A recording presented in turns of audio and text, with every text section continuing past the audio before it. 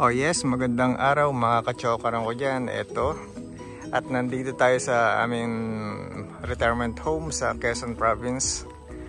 Gusto ko lamang i-share sa inyo mga kachokaran, kung kayo halimbawa ay may balak magpabakod na inyong property, eto. Tingnan nyo po itong aking pinagawang ito. Ayan, ito yung laki niyan eh. Okay. Mula dito hanggang doon sa bandaron, pa letter L lang ang pinagawa natin. Umabot po yan ng 29 na poste, kasama yung pinaka poste doon sa may corner na mas malaking poste. Ayan yun. Ayan o. So bali 29 po lahat yan. Ang size ng poste, maliban lamang doon sa isa na yun, ay I believe 6 by 6 by 8 or by 10 yung taas. At ginamitan po lang namin to ng cyclone. At doon sa bandang itaas naman, ayan o, 4 na layer ang nilagay na barbed wire. So yung buong palibot na yan, yan po yung pinadiskarte natin. At kahit wala kami dito, yan, nagawa through messenger lamang. Ayan. At pinalagyan ko na rin ng palitada. At syempre pinapinturahan na rin natin para mas maganda. So itong mga gantong klaseng pabakod, umabot po yan ng, ang total cost po niyan ay umabot ng 200,000. Yan, at least meron kayong idea. So sinishare ko lang naman po ito sa inyo, sa aking mga kachokaran, na may plano o gustong makakuha ng idea sa kanilang plano ng pagpapabakod. Alright. So yan. Yan lamang po mga kachokaran. So yan yung ating ipinabakod. Hindi ko lang masigurado kung ilang metro yung haba at yung doon may bandang likuran. Basta pa letter L po yan, umabot po yan 200,000. Ang materials po nasa 140 at yung labor na inabot dyan ay 60,000. Pero parang mas mahigit pa nga sa 200,000 yan. Alright, so eto lamang po ang vlog natin ngayon sa aking mga kachokaran na patuloy na sumusuporta sa ating Pinoy Can TV. Salamat po sa inyong pagsubaybay, and at antabay lang kayo sa mga susunod pa nating mga vlogs dito po sa Pilipinas habang kami nagbabakasyon. Thank you very much for watching. At eto, pakita ko na rin sa inyo yung, ayan, ito yung aming ret home, pero hindi pa rin naman siya totaling natatapos. Pero yung loob okay na, pulido na yung loob. May konting kulang na lang. Alright, ito yung aming retirement home. At dahil nga po, syempre malapit na tayo mag-retire.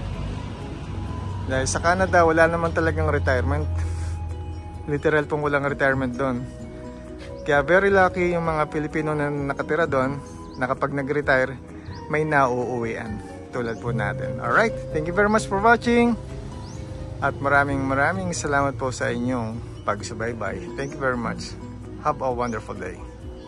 Okay, so mga kachokaran, nakakalimutan ko palang i-mention. Etong hollow blocks na to, dalawang hollow blocks sa taas ng yung nakaangat, yung nakalitaw, at dalawa na nakabaon.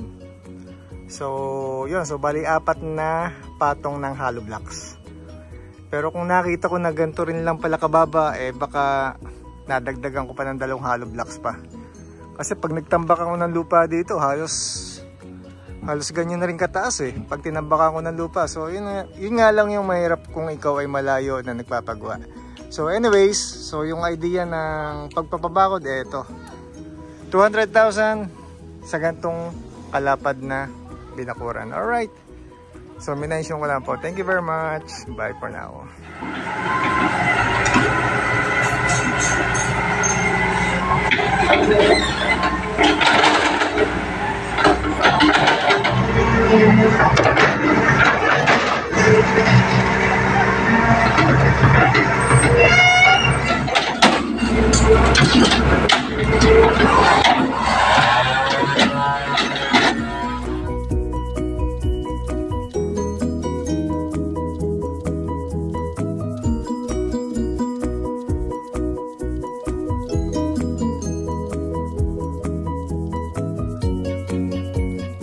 Dalawang patong na sila.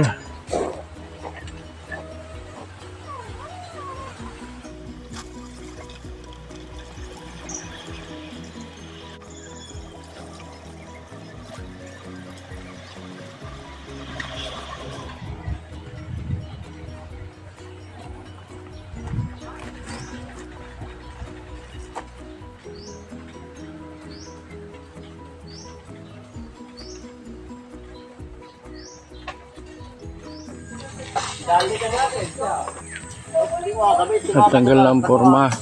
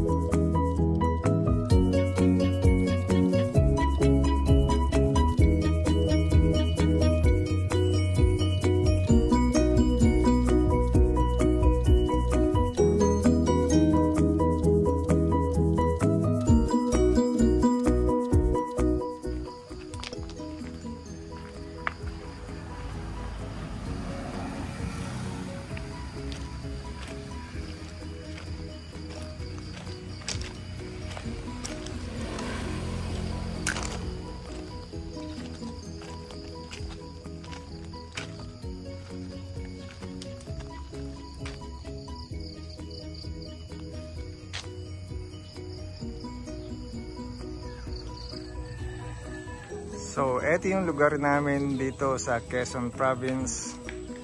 Oh, ayan oh.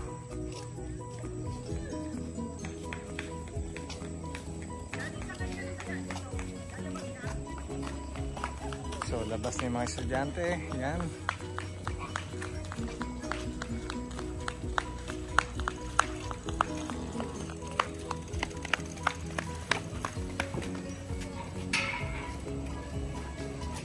Ayan o.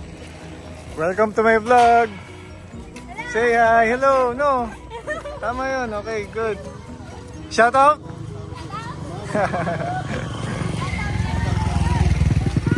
So, ayan yung mga bata rito. Dito tayo pinanganak. Dito tayo lumaki. At yun yung school namin. Bandaron. No? Ayan o.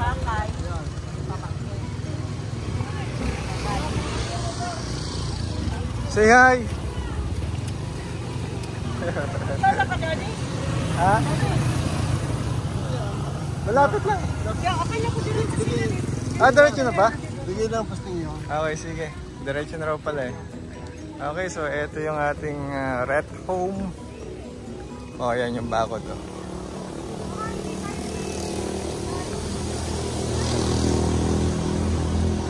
Okay. Tara na, diretso na tayo.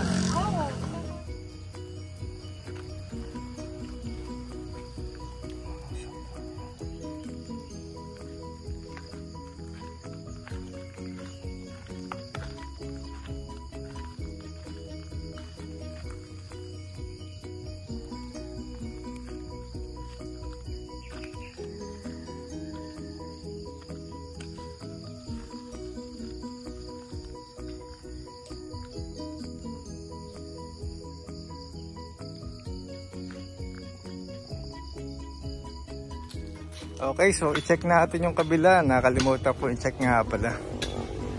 Tingnan natin kung napalitadahan din yung kabilang side. Kasi sabi ko sa kanila, palitadahan din eh. Okay naman pala yan. May palitada rin. Kahit sabi ko, kahit huwag ng pinturan, okay lang. Basta may palitada lang. Alright, so yun. Okay, nasunod naman yung gusto natin. At ito, maganda. Masaya at maganda naman yung bakod na ginawa nila. Alright, thank you very much.